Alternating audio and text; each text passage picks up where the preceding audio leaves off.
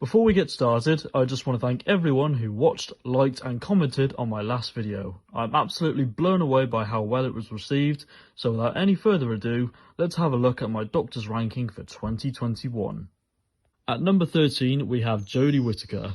When Jodie Whittaker was initially cast as the Doctor, my immediate reaction was, oh my god, they've killed the show, but after a few hours on the day I let it sink in for a while and I thought, you know what, I'll give it a chance. Series 11 happened, and in my opinion, it's probably the worst series in the revival. Series 12 was a slight improvement, but it still wasn't much better. Jodie is a good actress, but the writing in the Chibnall era has been really bad for the most part, and has had an effect on my enjoyment of the 13th Doctor. At number 12, we have Peter Davison. Even though the 5th Doctor is this far down on the list, I still think his Doctor can be really effective in some stories, in particular the darker stories. In his last season, season 21, the stories like Frontios, Resurrection of the Daleks and Case of Androzani, these are all really dark stories that suit Davison's very kind, gentle and quite boyish Doctor really well. Unfortunately, we don't get too many of these stories, even though I do love stories such as Earthshock, Kinder, Black Orchid and The Visitation. At number 11 we have Colin Baker. Now, this is a Doctor that sadly appears on the very bottom of a lot of people's Doctor rankings, but for me, I don't think he's a bad Doctor at all. If anything, Colin Baker is one of the best actors to play the Doctor, and that's because of his great screen presence as well as his great understanding of the character and also the delivery of his dialogue. Revelation of the Daleks is my favourite story from his era, but he also does have some other good ones like The Two Doctors and Vengeance of Varos. The reason I say Colin is one of the best actors to take on the role is because if you listen to any of his Big Finish stuff, then you'll know how good he can be. I highly recommend Jubilee, Project Twilight, The Juggernauts and The First Sontarans to name a few. At number 10 we have David Tennant. I'm sure many of you didn't expect the 10th Doctor to be this far down on the list, but the main reason for this is that while I do adore his Doctor, I just prefer some of the other Doctors on the list. This is a Doctor who I grew up with, so he will always have a special place in my heart, and I do like a lot of his stories. I'm so glad that we can get more of David Tennant's brilliant acting range from Big Finish, as I did really enjoy the first box set of the 10th Doctor adventures.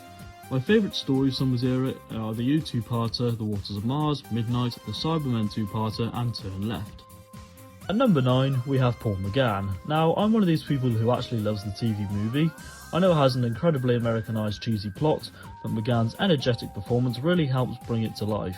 He does have a lot of really good Big Finish stories, and that's where his Doctor belongs. If you want more of the 8th Doctor, then his audio stories with Charlie are incredible, as well as his 4 seasons with Lucy Miller, which I currently have listened to half of and really enjoyed all of them.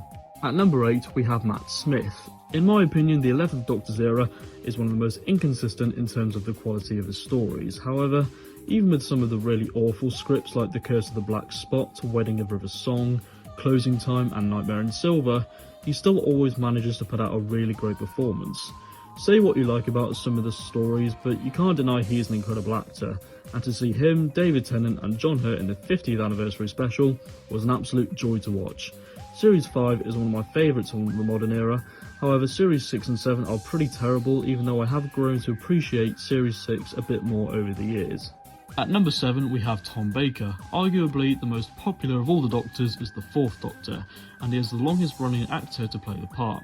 I think on many people's Doctor rankings you will either see Tom Baker or David Tennant right at the top. He is an absolutely fabulous Doctor, and he has some of the greatest seasons and stories in the show's history.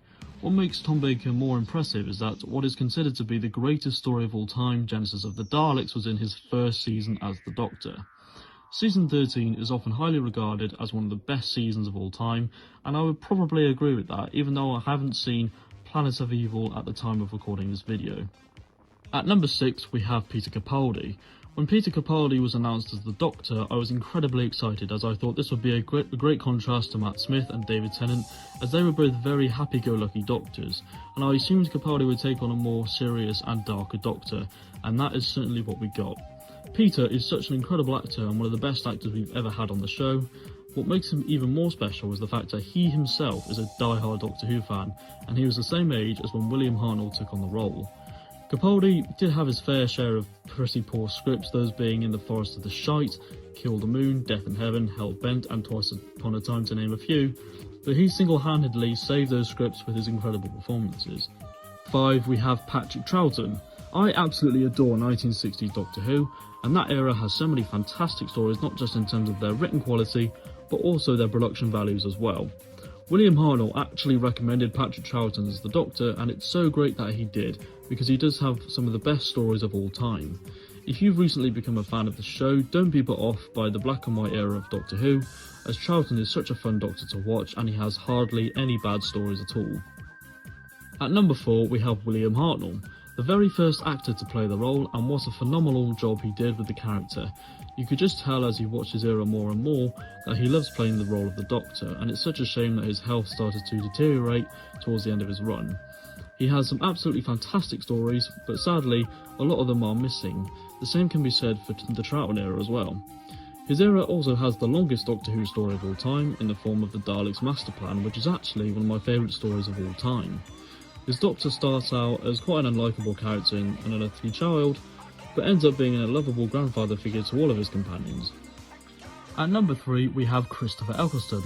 This is the Doctor that I first watched on screen, so this part of the video might be a little biased towards him, as he's incredibly special to me, as well as the show itself.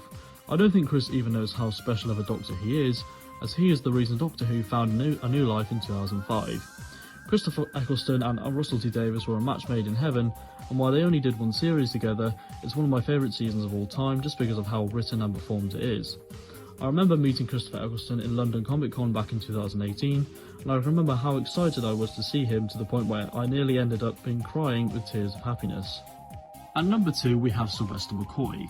This might be an interesting choice for some people, as it seems like the 80s Doctors either seem to be at the bottom or somewhere in the middle of their rankings. While his first season as the Doctor is absolutely awful, in my opinion his second and final seasons were brilliant. I love how he starts off as a bit of a clown in season 24, but by the time season 26 happens, his Doctor becomes a very dark and quite a manipulative character. Producer John Nathan Turner and script editor Andrew Cartmel wanted to bring back the mystery element to the character. If you're a fan of his Doctor, then I highly recommend checking out the Virgin New Adventures that were released during the 90s. At number 1 we have Jon Pertwee. The third Doctor is my favourite Doctor of all time. For me, he has probably the most well structured and most consistent era in the show. I don't think he has a single stinker in his entire era, although I do find the Time Monster and the Mutants to be a bit dull. His first season, season 7, is my favourite season of Doctor Who, and it has my favourite story of all time, that being Inferno. His companions are also incredible, with Liz Shaw being one of the most underrated companions of the show's history. There is so much that I could talk about the Third Doctor era, but it would be too much for this video unfortunately. So there you have it, that is my Doctors ranking for 2021.